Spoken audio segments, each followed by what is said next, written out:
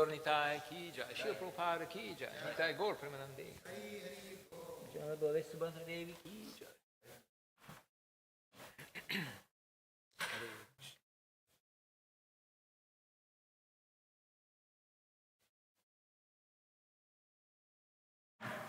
Parecia.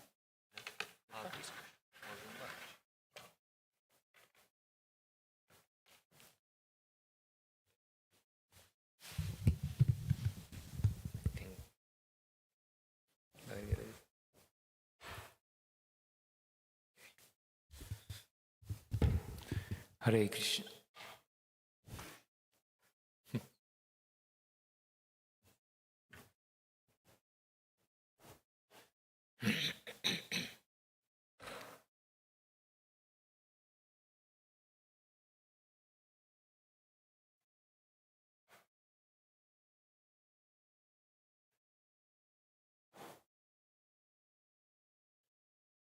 Om Namo Bhagavate Vasudevaya.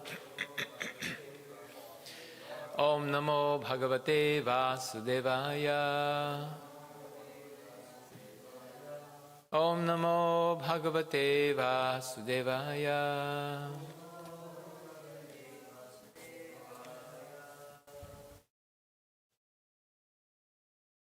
Naranam namaskritya naram chaiva anuroddhum devim saraswatim vyasam tato jayamudiliyat. Reading from Srimad Bhagavatam, 4th canto.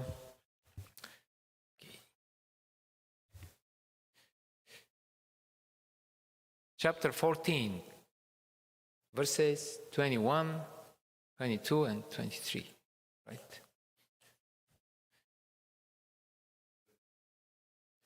I think 23, no? Yeah.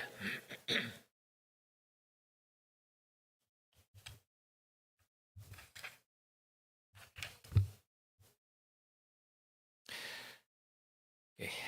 sarva-lokāmara-yajña-saṅgrahaṁ trayī-mayam dravya-mayam tapomayam yajñair vicitrair yajato bhavāya rājan sva-deśān anuroddhum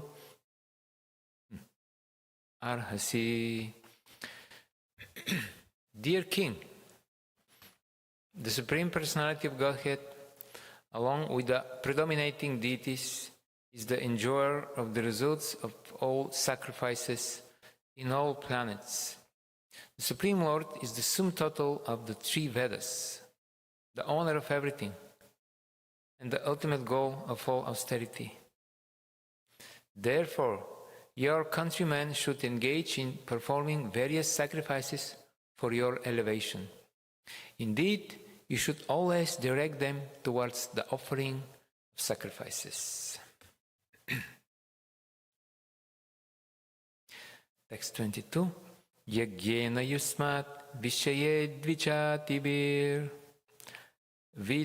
vitayamanena surakalahare svasta sutushta pradishanti vanchitam taddelanam narhashi viracheshtitum.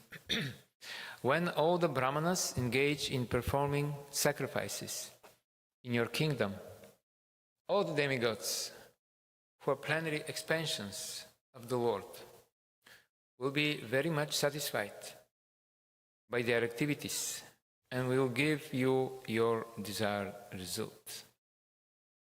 Therefore, O hero, do not stop the sacrificial performances. If you stop them, you disrespect the demigods. Okay, now it's 23. Vena uvacha Balishabhata yuyam va adharme dharmamanina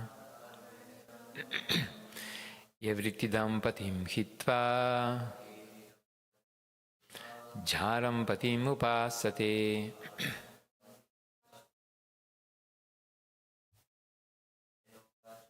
Vena uvacha Balishabhata yuyam va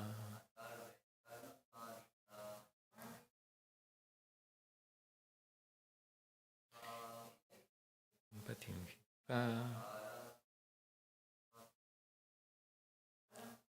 upasate.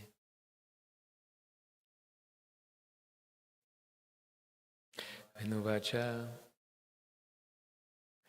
Balishabhata yuyam va adharme dharma manina yevritidam patim hitva upasate.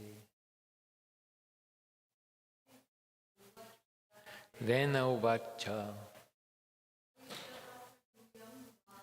Balishabhata yuyam va adharme dharma manina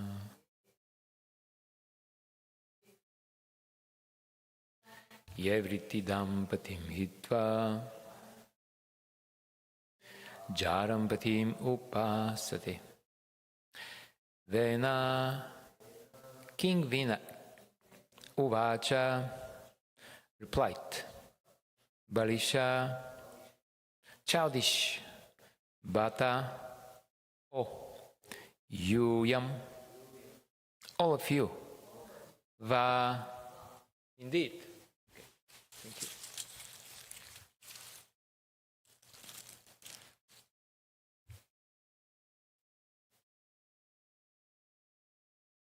Oops. Hare Krishna.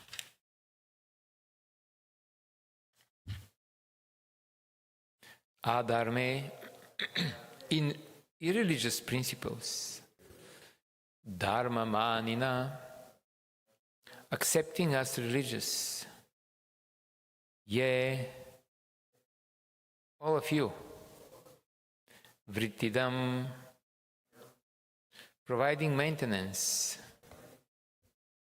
patim, husband, hitva, giving up, jaram, paramour, patim, husband, upasate, worship. Translation and purport by His Divine Grace, A.C. Bhaktivedanta Swami, Srila Prabhupada Ki Jai. King Vena replied, you are not at all experienced. It is very much regrettable that you are maintaining something which is not religious and are accepting it as religious.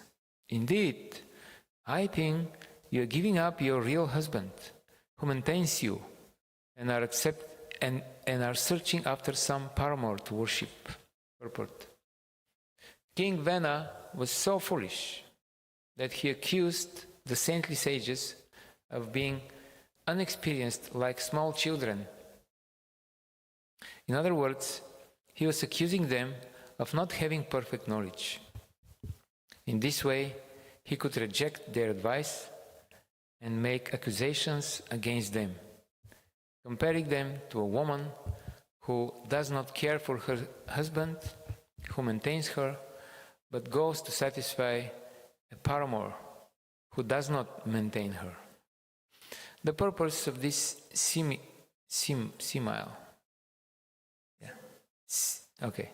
is apparent. It is the duty of the Kshatriyas to engage the Brahmanas in different types of religious activities, and the king is supposed to be the maintainer of the Brahmanas.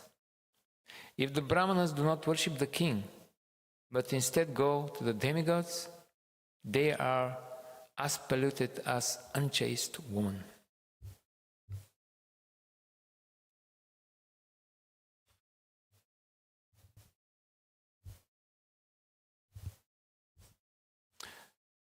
Dear King, the Supreme Personality of Godhead, along with the predominating deities, is the enjoyer of the results of all sacrifices in all planets.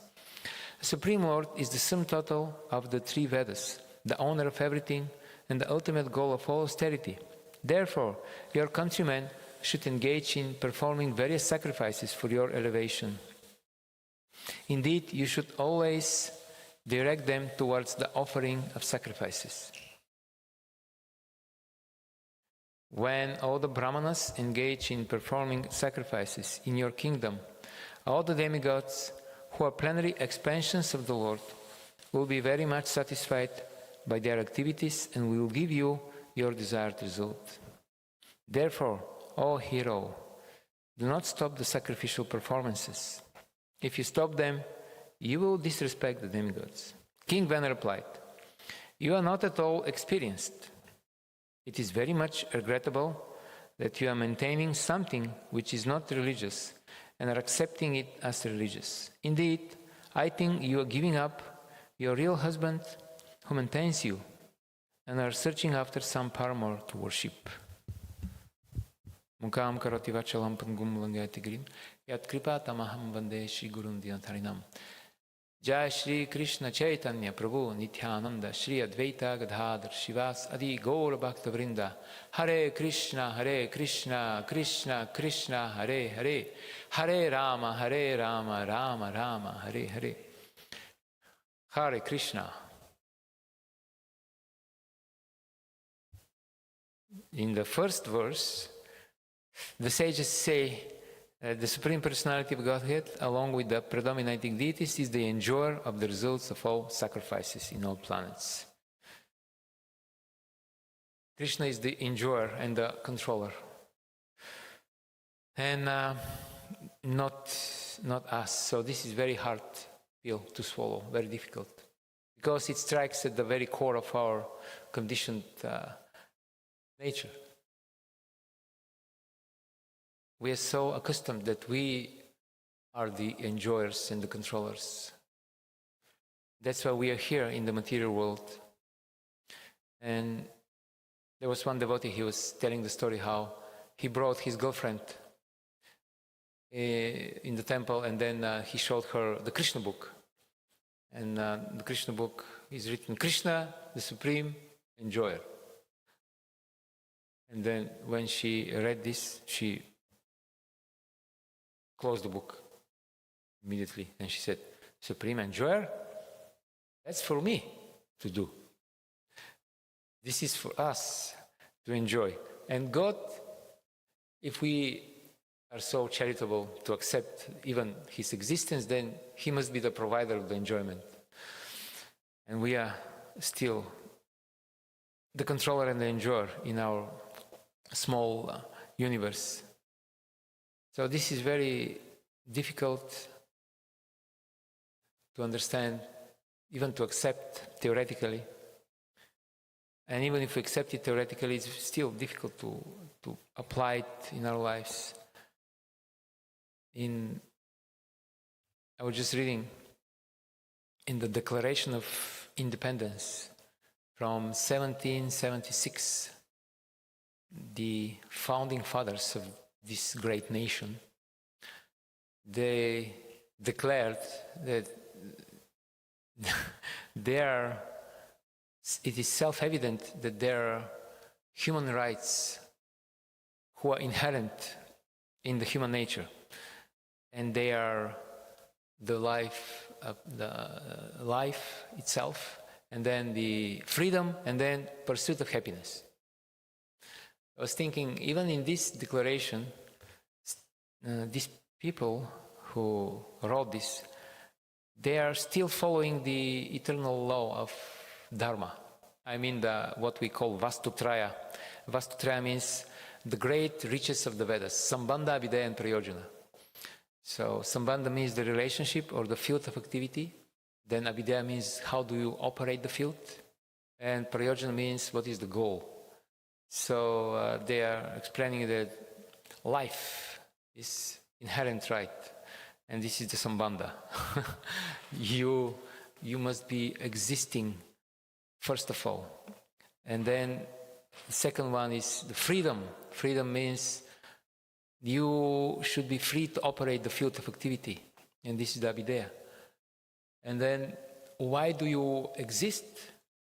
And why do you do anything? Why there is sambandha and avidya at all? Because you want to attain the goal, which is the prayojana. And the prayojana is the happiness, pursuit of happiness. So this is Sat, Chit and Ananda. Sat means existence, and Chit means knowledge. And knowledge is not just, as Srila Prabhupada says, it's not meant to recreate armchair speculators, just theoretical knowledge, just speculating on different topics. What are the Vedas? What is the conclusion of the Vedas, etc. But knowledge is meant to be applied in practical day-to-day life. So therefore, Chit or knowledge is connected to avidya, with the method. What do you do? How do you operate the field? And then this is done with the goal of attaining ananda, bliss, happiness. However, in this Declaration of Independence, happiness, what they actually mean by this is sense enjoyment. This is what they aim at. But we know from, and again, that means I'm the controller and I'm the enjoyer. And even if you are a religious person and you accept that there is God, still you may be under the impression that God created this world and He gave it to us to enjoy. And this is called deism. Deism means God is completely transcendent. He's the creator, but he's radically separated from the creation. So he is in no way present in the creation. And this leaves room for our enjoyment. So you may believe in God and still maintain the false identity of controller and enjoyer. Nominally, yes, God is the creator, but he gave us this world to enjoy. And this is our right, and this is our obligation. You have senses given by God. You have sense objects also given by God. So what is more natural than to try to connect the senses with the sense objects? This is our, how they put it, the self-evident truth. You don't even need to prove it. However, we know from the Vedic scriptures that this material world is not meant for our enjoyment. It is rather meant to be used as sacrificial ingredient to offer devotional service for the enjoyment of the Lord.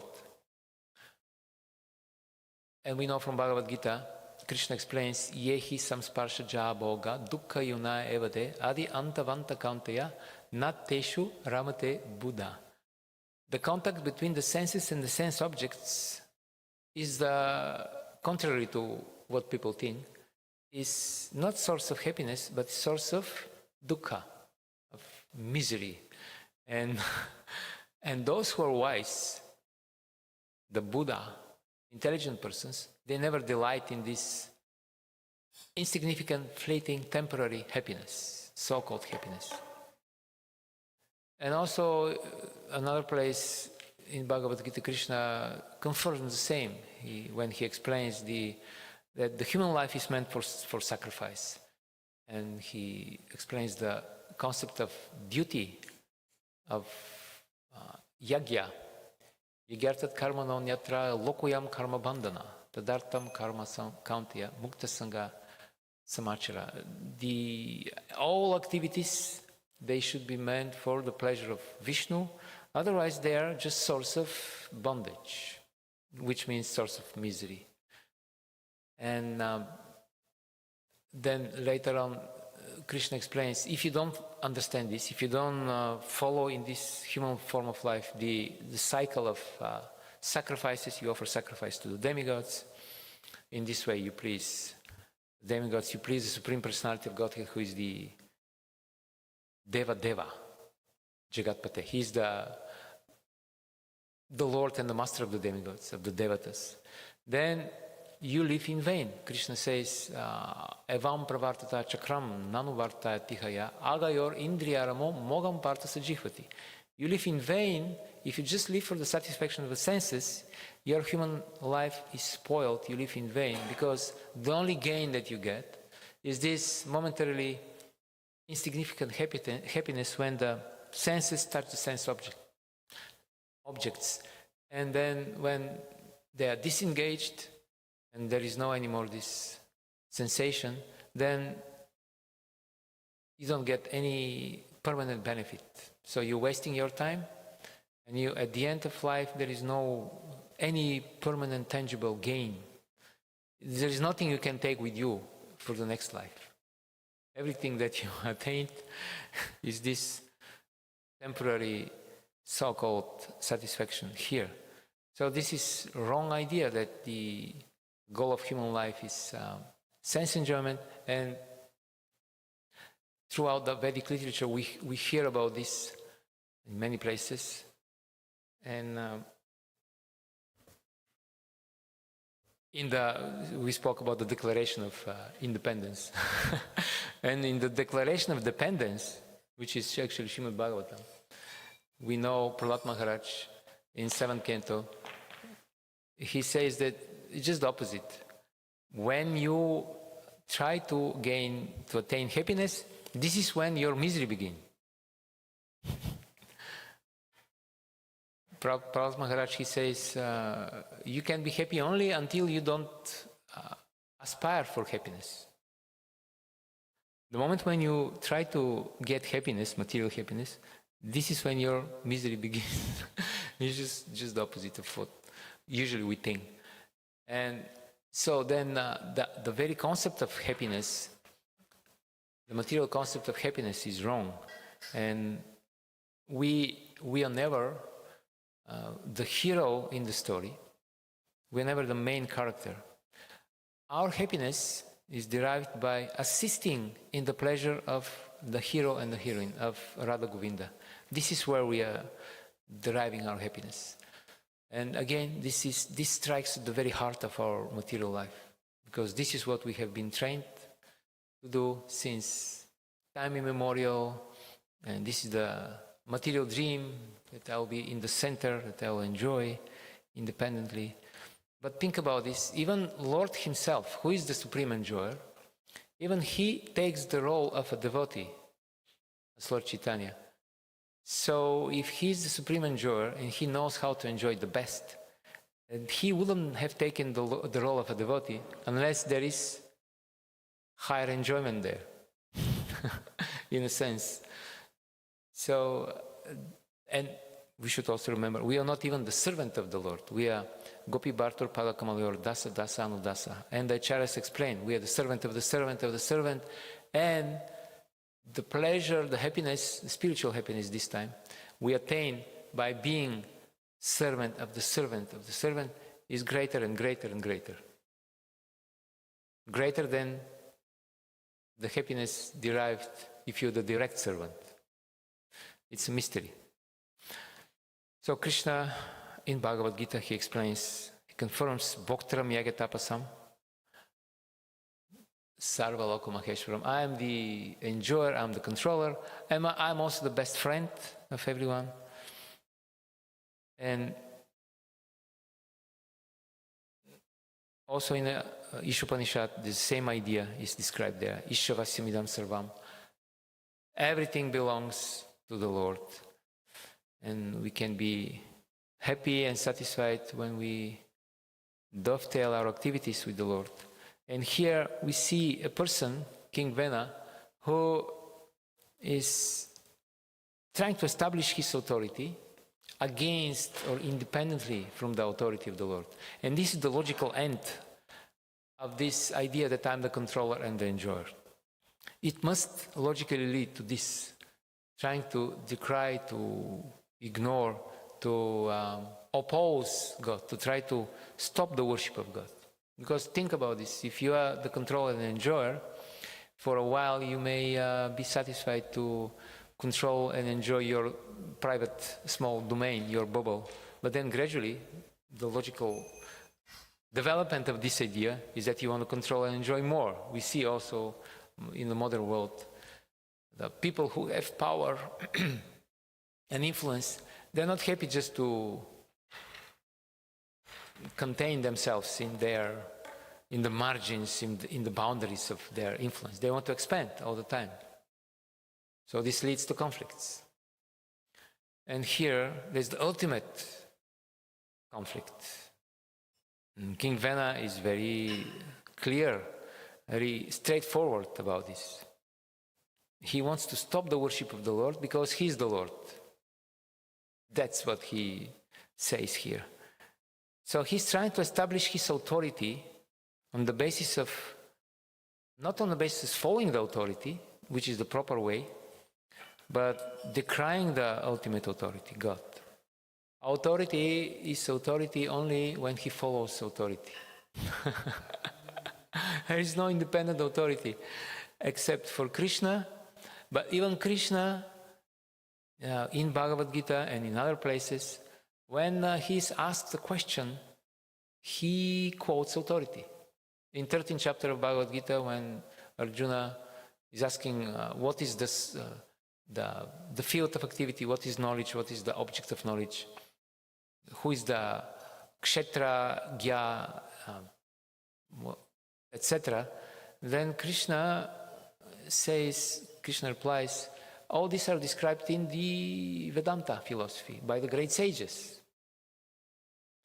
So and then in the purport, Srila Prabhupada explains that Krishna is the supreme authority, and even though he is the supreme authority, as a matter of etiquette, he quotes from the previous authorities. Although there is no previous authority, he is the primeval philosopher For him, there is nobody greater or older or more experienced.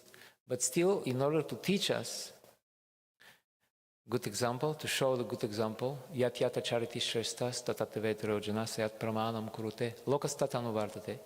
Krishna quotes from the authorities, and also in different other places. For example, in 11th canto, when Uddhava is asking a question, how come that even people of discrimination, people of knowledge, they still act like animals, trying to satisfy their senses? And then in reply to this, Krishna quotes one of his great devotees, Sanat Kumara.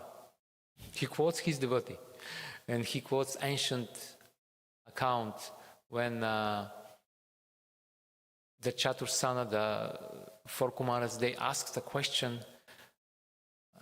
their father Brahma, and he quotes the story. And how Hansavatara appeared, how Brahma couldn't give the answer of this question because his intelligence was too entangled with the creation of the material universe. And then he meditated on the Lord, and then Hansavatara appeared, and Hansavatara gave the answer to the question. So Krishna himself, he follows, we can say he follows the etiquette, and he gives a good example. And what about us? So authority cannot be established on its own without referring to the supreme authority. When the parents, they have to sometimes discipline the children. They do this on the basis of scripture. At least they're supposed to be doing this. They shouldn't establish their authority on their own. No, you should do what I'm saying just because I'm your father or mother. No, because this is the proper way to train a child, and this is described by the supreme authority, and I'm following, so it's for your benefit. So then, in the next verse, or maybe even in this verse, the Supreme Lord is the sum total of the three Vedas. He's the owner of everything. He's the ultimate goal of all austerity. So all austerity aims at Krishna, actually, although people usually don't know that, but in different forms, in different aspects, Krishna is the goal of all austerities. And even people who want material gain, still Krishna is ultimately the person who is rewarding them this material gain, even if they are not aware, even if this is, even if the gain they are looking for is not the ultimate, still Krishna has to sanction this to happen, directly or indirectly, usually indirectly. Therefore, the sages continue, your countrymen should engage in performing various sacrifices for your elevation. So they are very tactfully trying to work with the king, explaining that what they are suggesting to him is actually for his own benefit. They are not trying to exploit him, to confuse him, bewilder him. They are trying to benefit him. But in order to appreciate this, one needs intelligence. And King Vena is bereft of such intelligence. And then in the next verse, they say, when all the brahmanas engage in performing sacrifices in your kingdom, all the demigods who are plenary expansions of the Lord will be very much satisfied. And by their activities, and will give you your desired result. Therefore, O hero, do not stop the sacrificial performances. If you stop them, you disrespect the demigods. So here's the problem. They appeal to the common sense of the king, but the king is bereft of common sense. He is an usurper because he tries to separate part of the creation of the Lord and use it for his own purposes. And this is supposed to be just the opposite. The brahmanas and the kshatriyas, they're supposed to cooperate. They're the core of the whole varnashram institution, the most important elements. The brahmanas are giving transcendental knowledge because they are in sattva guna. That means they have a clear vision and they can give advice. And the kshatriyas are willing to put this advice into practice. Brahmanas are not so inclined to become involved directly in the materialistic activities.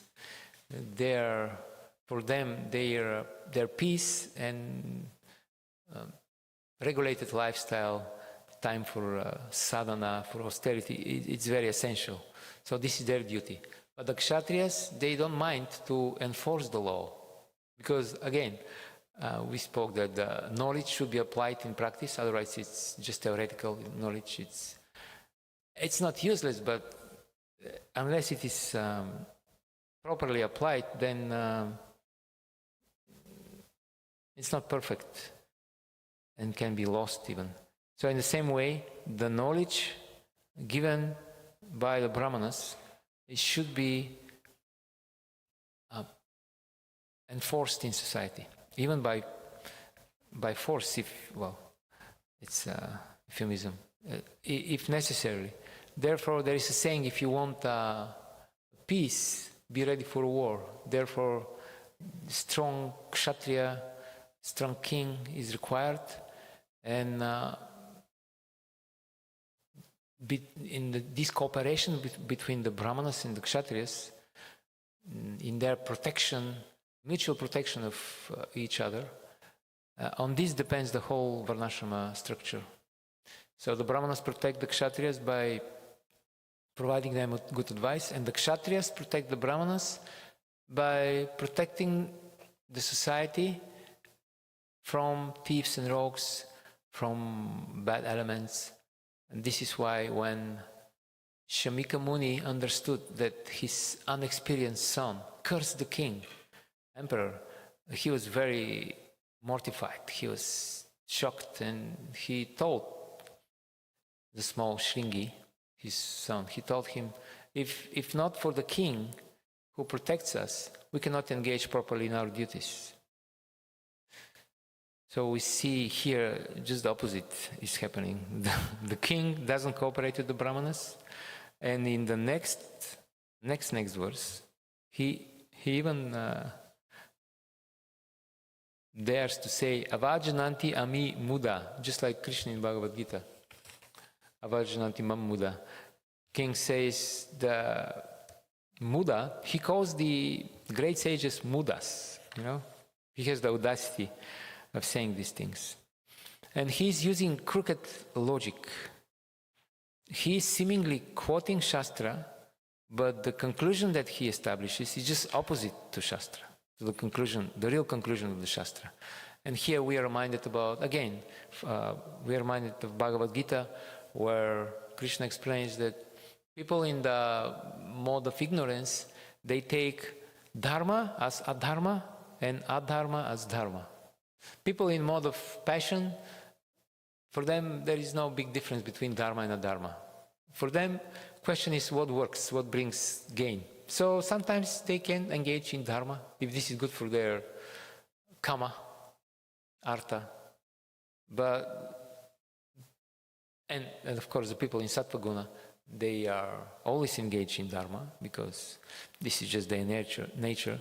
But people in tamas, they choose always adharma and they will present it as dharma. And there are other examples of this in Mahabharata. There is a story how Sanjaya was sent to the camp of the Pandavas to try to negotiate peace, but his proposal for peace was very crooked. He basically tried to argue that you Pandavas are saintly people, so why should you fight for transitory material gain? You better engage in your, like especially Maharaja Yudhishthira, he's like almost a Brahmana. So why don't you just engage in Dharma and let all this dirty business of, material business of ruling the state, etc. Let the Kauravas do this. They're more materialistic people anyway. So Krishna didn't approve this. And Krishna, in general, he never approves when unscrupulous people like this, they try to fool the devotees, try to take advantage of the devotees by presenting some wrong philosophy, but trying to cloak it, to dress it in the words of Dharma. Because Krishna wanted the Pandavas to rule the world and not the Kauravas. And therefore, the Pandavas had to fight and to conquer and to perform this very important devotional service. The whole Bhagavad Gita, Krishna explains, is meant for the ruling class, for the Kshatriyas. Because on them it depends the progress, the spiritual advancement of the whole society. So the king, if he follows the order of Krishna, then he is Naradeva. He is representative of God, just like also the spiritual master. The spiritual master is Sakshat Hari. He is directly Hari, but only when he is the transparent via media between Krishna and the ordinary people like us. So therefore he is special. He cannot establish himself on his own merit. He is a guru only if he follows his guru and the disciplic succession that leads back to Krishna. Hare Krishna. Thank you very much. Questions, comments? Thank you for listening. It's not so easy to listen Monday morning after a Sunday feast. People are tired. So somebody wants to say something? Ask question? Maybe I can give you this mic. Huh? Okay. He didn't.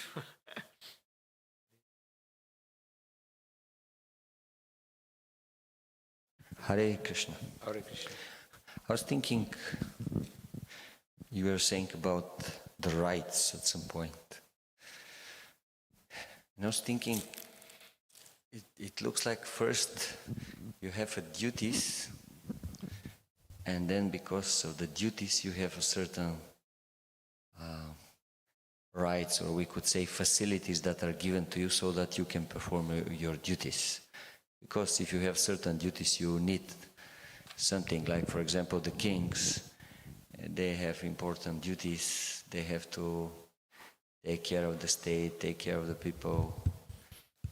And sometimes it can be very intense. So naturally it will be given to them some amount of extra facility, extra way to relax. But this is given, why? Because of the duty. So it looks like first we are speaking about duties and then we are speaking about Rights. Rights. And these two are always connected somehow. Yes, that's a very good point. Thank you, Prabhu. The rights of any member of the society, they're existing only because other members of the society perform properly their duties. My right for free movement in this great city of New York, for example, depends on people from the MTA performing their duties. If they don't perform properly their duties, my right will be impeded. And therefore, the Vedic culture actually doesn't put the emphasis on rights, unlike the modern liberal culture, but on the duty. Duty is essential, and therefore in the Bhagavad Gita, Krishna urges Arjuna to perform his duties. Krishna tells Arjuna, if you don't perform your duty as a Kshatriya, then nothing good will happen to you, neither spiritually nor materially. You cannot even maintain your body unless you perform your duty. Therefore, the duty is our saving grace. Whatever happens in our life, we should stick to our duty. Because this is our past may be very dark, but our future is very bright if we perform our duty properly. Yeah, is it? Grantara Srimad Bhagavatam ki jai. Yeah, what did you want to say? Yes.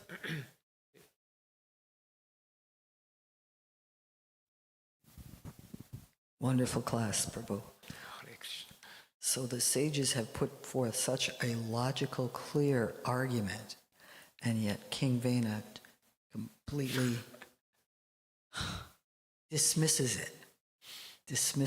Not even that, he accusing them of being... Yeah, he goes the opposite direction. He turns the table back. He turns the table on them. It's good for us to read this because this is something that we do at the same time. Sometimes when we hear the truth, we just want to dismiss it and then twist it around so it serves us. We are in denial. Very unfortunate. Yes, good word. Thank you. Yeah. Crooked. Yes. Wow, almost 90% participation. Out of 5 people, 3 already spoke. Prabhuji, I just wanted to check more about this principle of authority. Since you were speaking on this principle, how much we follow the authority. So, for a subordinate, how should he look towards authority when the authority is not 100% right always? He's placed as an authority, but then he sometimes, does something which is not proper. So, how should one? Well, still we should follow the authority, although he or she may not be perfectly Krishna conscious or Mahabhagavat Uttamadhikari, Nitya Pravishta, you name it. Still we should follow to the extent that he doesn't engage us in some sinful activity or something like this. Then we are obliged not to follow. But if there is some discrepancy here and there, we should be intelligent. We should be able to discriminate. Okay, this part is whatever he says is actually according to Shastra. And if he himself is showing some weakness here and there, then you don't follow this weakness. If he, let's say, he always chants very good rounds, but let's say he tends to overeat sometimes. So you don't follow the overeating.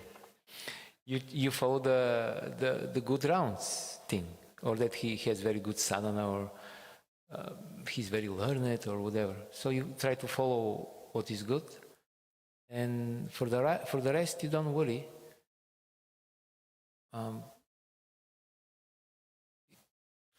In this material scenario, it's very hard to find perfect persons. Srila Prabhupada was a perfect personality, but maybe not so many will be on that level. So we shouldn't use this as an excuse. You go into you want to buy some clothes for yourself, so you don't expect that you enter the shop and then you buy your pants, your shirt, your t-shirt, your coat from the same shop. So this shop, you find very good shirt there. So you buy the shirt from this shop. For the other thing, you go to the next shop. It's not that because here there is no, I cannot buy everything from here, then I denounce the whole. No, there is something good there. You take advantage of what is good there, and then for the rest you go to other devotees. Maybe he's better in chanting, he's better in reading or in preaching, or whatever. And you learn from all of them. It's more practical, I think. Yes. Let's prove. Oh no, prove. Yeah.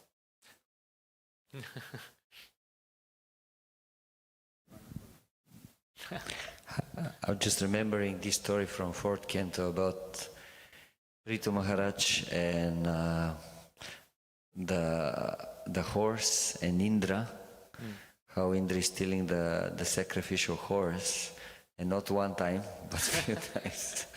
And it's like nobody can believe how it is possible. Like he's one of the most respectable personalities in the universe. And he's doing this.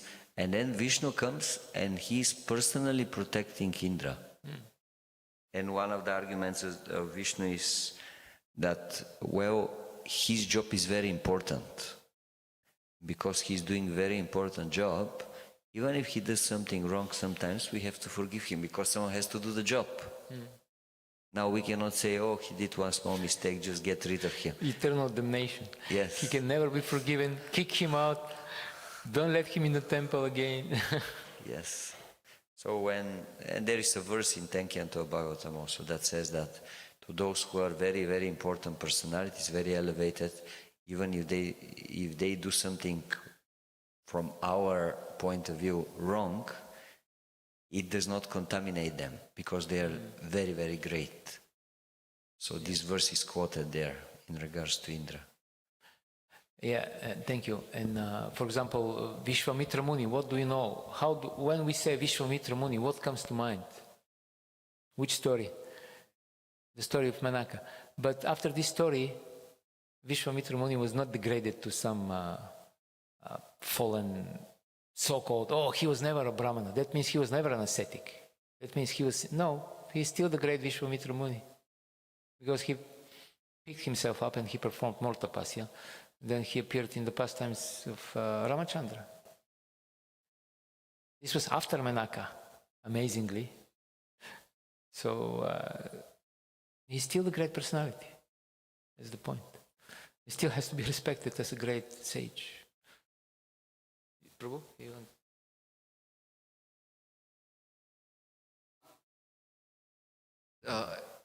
Like you give the example of Vishwamitra Muni, and we remember more about his dealing with Menka rather than dealing with Lord Ram. So if someone does something wrong, then we remember that more than whatever good he has done. So it's very challenging sometimes to see overlook the bad and just look the good. But we see Prabhupada didn't do that. Prabhupada was just the opposite. He would always focus on even if some devotee had some troubles, and Prabhupada would remember he has done so much service in the early days for me, and examples like this. And Prabhupada would say, you don't understand the inconceivable mercy of Lord Nityananda. You don't understand. Okay, Hare Krishna. Granthala Srimad Bhagavatam ki jai. Srila Prabhupada ki jai. Janite Gaur Premanande. All glories to the assembled devotees. Sunday morning devotees are the best crew.